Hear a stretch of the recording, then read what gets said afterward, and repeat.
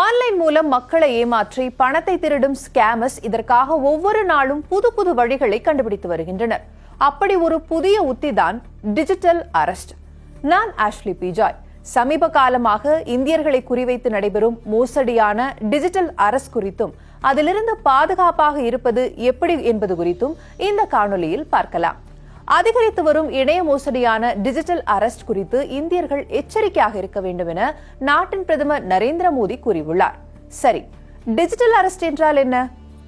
ஒருவர் காவல்துறையை சேர்ந்தவரை போலவோ சிபிஐ அல்லது அமலாக்கத்துறையை சேர்ந்தவரை போலவோ நடித்து உங்களுக்கு மெசேஜோ அல்லது வீடியோ காலோ செய்து போதைப் பொருள் வழக்கிலோ அல்லது பண கையாடல் வழக்கிலோ நீங்கள் டிஜிட்டல் முறையில் கைது செய்யப்பட்டதாக கூறுவார்கள். அல்லது நீங்கள் வேறொரு நாட்டிற்கு அனுப்பிய பார்சலில் சட்டவிரோத பொருட்கள் இருந்ததாக தெரிவிப்பார்கள். நீங்கள் எதையும் அனுப்பவில்லை என்று மறுத்தால் உங்கள் ஆதார் எண்ணும் தொலைபேசி எண்ணும் அந்த பார்சலில் இருப்பதாக கூறுவார்கள். இதன் பின்னர் நீங்கள் கைது செய்யப்பட்டிருப்பதால் ஸ்கைப் கால் அல்லது வாட்ஸ்அப் வீடியோ காலில் அதிக நேரம் இருக்குமாறு கூறுவார்கள். உங்களுக்கு பிணை வேண்டும் என்றால் பணத்தை அனுப்புங்கள் என்றோ, நீங்கள் பணம் கொடுத்தால் வழக்கு தொடர மாட்டோம் என்றோ சொல்லுவார்கள். வீடியோ காலில் ஒரு போலீஸ் அதிகாரி சீருடையில் காவல் நிலையத்திலோ அல்லது அரசு அலுவலகத்திலோ அமர்ந்திருப்பதை நீங்கள் பார்க்கலாம். மக்கள் இதற்கு அஞ்சி பணம் அனுப்பிவிடுவார்கள். அவ்வளவுதான், உங்கள் பணம் போய்விட்டது. ஆனால் நீங்கள் நினைவில் வைக்க வேண்டிய ஒரு விஷயம், சட்டத்தில் டிஜிட்டல் கைது என்று ஒன்று இல்லவே இல்லை. யாரும் உங்களை அவ்வாறு கைது செய்ய முடியாது. இது மட்டுமல்ல, அவர்கள் வேறு பல வழிகளையும் பின்பற்றுகிறார்கள். ஒரு அன்னோன் நம்பரிலிருந்து வீடியோ கால் வரும். நீங்கள் 2-3 முறை அதை எடுக்கவில்லை என்றாலும் ஒரு கட்டத்தில் வெறுத்து போய் அதை எடுத்தால் ஸ்கிரீனில் ஒன்றும் இருக்காது. திடீரென ஆடை இல்லாமல் பெண் ஒருவர் உங்கள் ஸ்கிரீனின் முன் தோன்றுவார். பிறகு நீங்கள் அந்த காலில் இருப்பதை ஸ்கிரீன்ஷாட் எடுத்துக் கொள்வார். அதன் பிறகு பணம் கொடுங்கள் அல்லது அந்த ஸ்கிரீன்ஷாட்டை எல்லோருக்கும் அனுப்பிவிடுவோம் என்று மிரட்டுவார்கள். பலருக்கு மின்னஞ்சல் வரும். அது அதிகாரப்பூர்வ மின்னஞ்சலை போல சிபிஐ அல்லது ஏதோ அரசு அதிகாரி அந்த நோட்டீஸை அனுப்பியது போலவும் மேற்கொண்டு விசாரணை நடைபெறும் எனவும் தெரிவிக்கப்பட்டிருக்கும்.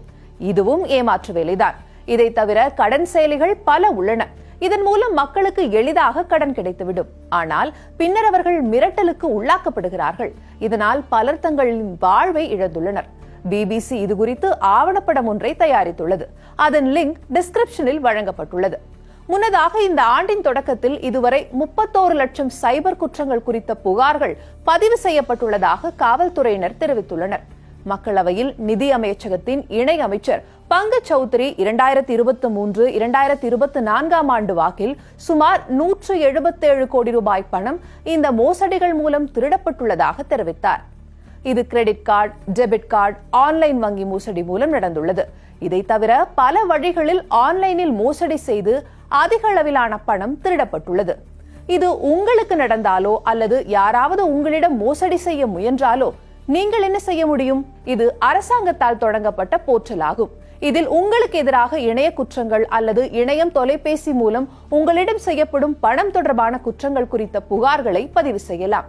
இங்கே ஒவ்வொரு மாநிலத்திற்கும் எண்கள் கொடுக்கப்பட்டுள்ளன. அதனை அழைப்பதன் மூலம் புகாரை பதிவு செய்யலாம். ஒருவேளை நீங்கள் இணைய மோசடிக்கு ஆளாகியுள்ளீர்கள் என வைத்துக் கொள்வோம். வங்கியிலிருந்து ஏதாவது உதவி பெற முடியுமா? இதில் 2 விஷயங்கள் முக்கியமாக பார்க்கப்படுகின்றன. யாரோ உங்களின் கார்டை குளோன் செய்து பணத்தை எடுத்திருந்தால் இதில் உங்களின் அலட்சியம் எதுவும் இல்லை. அத்தகைய சூழலில் 4 முதல் 7 வேலை நாட்களுக்குள் வங்கியில் தெரிவிக்க வேண்டும். அதுவே ஓடிபியை பகிர்வது, அங்கீகரிக்காத பரிவர்த்தனை குறித்து வங்கிக்கு தெரிவிக்காமல் அலட்சியமாக இருந்தால் முழு இழப்பையும் நீங்களே ஏற்க வேண்டியிருக்கும். வாடிக்கையாளரின் பொறுப்பா இல்லையா, அலட்சியம் இருக்கிறதா இல்லையா என்பதை நிரூபிப்பது வங்கியின் வேலை. அதே நேரம் இன்றைய காலகட்டத்தில் இந்த ஆபத்து எந்த அளவுக்கு அதிகரிக்கக்கூடும் என்பதை சிந்தித்து பாருங்கள். AI, அதாவது செயற்கை நுண்ணறிவு, ஏற்கனவே நம் வாழ்வில் நுழைந்து விட்டது. AI மூலம் யாருடைய முகத்தையும் குரலையும் மாற்ற முடியும். உங்கள் பெற்றோரையோ உறவினர்களையோ போனில் தொடர்பு கொண்டு AI உதவியுடன் உங்கள் குரலிலே பேசி பணம் கேட்டால் என்ன செய்வது? போன் தொலைந்து விட்டது, அதனால் இந்த எண்ணுக்கு பணத்தை அனுப்புங்கள் என்றால் என்ன செய்வது? இப்போதைக்கு இந்த ஆபத்துகளுக்கு முடிவே இல்லை. எனவே AI தொடர்பான சட்டங்களை அரசாங்கம் உருவாக்க வேண்டும். அதை ஒழுங்குபடுத்த வேண்டும். இத்தகைய சூழலில் நீங்கள் பதற்றமடையாமல் சற்று நேரம் நிதானமாக இருங்கள். உங்களை யாராவது ஏமாற்ற முயற்சிக்கிறார்களா என சிந்தித்து பாருங்கள். எச்சரிக்கையாக இருங்கள்.